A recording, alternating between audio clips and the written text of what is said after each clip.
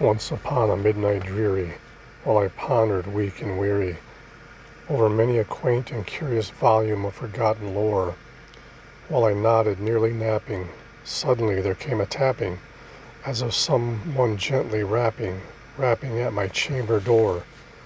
"'Tis some visitor," I muttered, tapping at my chamber door, only this and nothing more. Ah, distinctly I remember, it was in the bleak December, and each separate dying ember wrought its ghost upon the floor.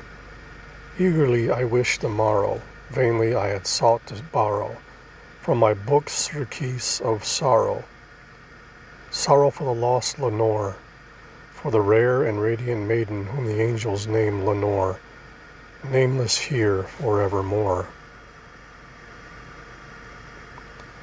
And the silken, sad, uncertain rustling of each purple curtain thrilled me, filled me with fantastic terrors never felt before, so that now, to still the beating of my heart, I stood repeating, "'Tis some visitor entreating entrance at my chamber door, some late visitor entreating entrance at my chamber door.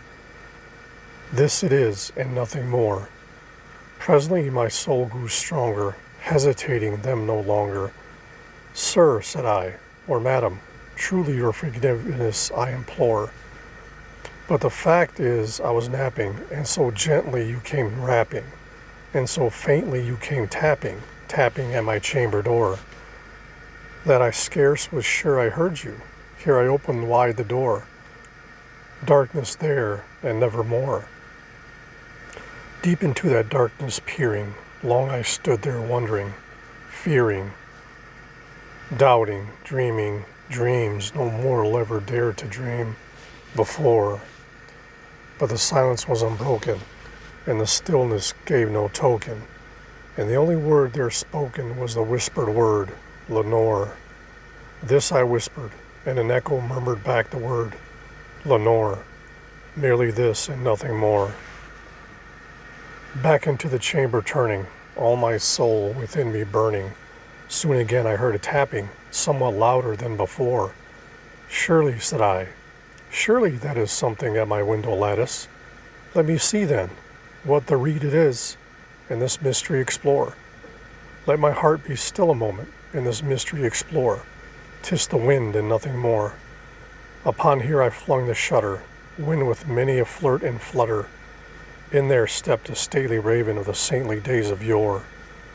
Not the least obeisance made he, not a minute stopped or stayed he, but with the mien of lord or lady, perched above my chamber door, perched upon a bust of Pallas, just above my chamber door, perched and sat, and nothing more.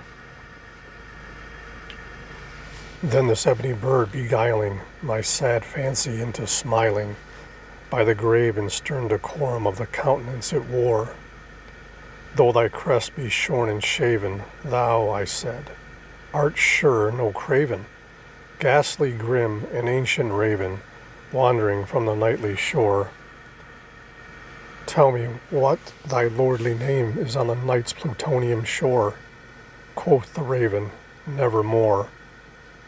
Much I marveled, this ungainly fowl, to hear discourse so plainly, though its answer little meaning, little relevancy bore, for we cannot help agreeing that no living human being ever yet was blessed with seeing bird above his chamber door, bird or beast upon the sculptured bust above his chamber door, with such name as Nevermore. But the raven, sitting lonely on the placid bust, spoke only that one word, as if it's his soul, that one word he did outpour. Nothing further than he uttered, not a feather than he fluttered, till I scarcely more than muttered, "Other friends have flown before. On the morrow he will leave me, as my hopes have flown before."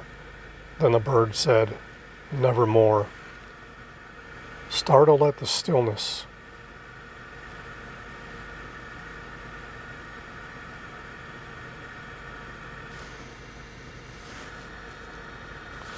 broken by reply so aptly spoken, Doubtless, said I, what it utters is its only stock in store, caught from some unhappy master whom unmerciful disaster followed fast and followed faster, till his songs one burden bore, till the dirges of his hope that melancholy burden bore. Oh, never, never more. But the raiden still beguiling my sad fancy into smiling. Straight I wheeled a cushioned seat in front of bird and bust and door. Then upon the velvet sinking, I betook myself to linking fancy into fancy, thinking what this ominous bird of yore, what this grim, ungainly, ghastly, gaunt, and ominous bird of yore meant in croaking, nevermore. This I sat engaged in guessing, but no syllable expressing, to the fowl whose fiery eyes now burn into my bosom's core. This and more I sat divining, with my head at ease reclining on the cushion's velvet lining that the lamp light gloated o'er, but whose velvet violet lining with the lamp light gloating o'er. She shall press, ah, nevermore. Then methought the air grew denser, perfumed from an unseen censer, swung by seraphim, whose footfalls tinkled on the tuffled floor. Wretched, I cried, thy God hath lent thee, but these angels he hath sent thee, respite, respite and nepenthe from thy memories of Lenore. Quaff, oh quaff, this kind nepenthe, and forget this lost Lenore. Quoth the raven, nevermore. Prophet, said I, thing of evil, prophet still, if bird or devil, whether tempter sent, or whether tempest tossed thee here ashore, desolate yet all undaunted, on this desert land enchanted, on this home by horror haunted, tell me truly, I implore, is there balm in Gilead? Tell me, I implore. Quoth the raven, nevermore. Prophet, said I, thing of evil, prophet still, if bird or devil, by that heaven that bends above us, by that God we both adore, tell the soul with sorrow laden, if within the distant Aidenn it shall clasp a sainted maiden, whom the angels name Lenore. Clasp a rare and radiant maiden, whom the angels name Lamore. Quoth the raven, nevermore. Be that word our sign in parting, bird or fiend, I shrieked, upstarting. Get thee back into the tempest and the night's Plutonian shore.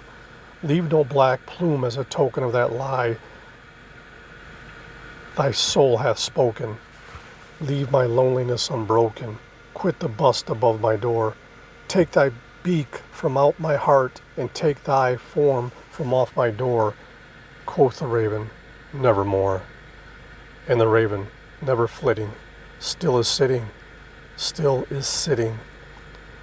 on the pallid bust of Pallas just above my chamber door, and his eyes have all the seeming of a demon that is dreaming, and the lamplight o'er him streaming throws his shadow on the floor, and my soul from out that shadow that lies floating on the floor shall be lifted nevermore.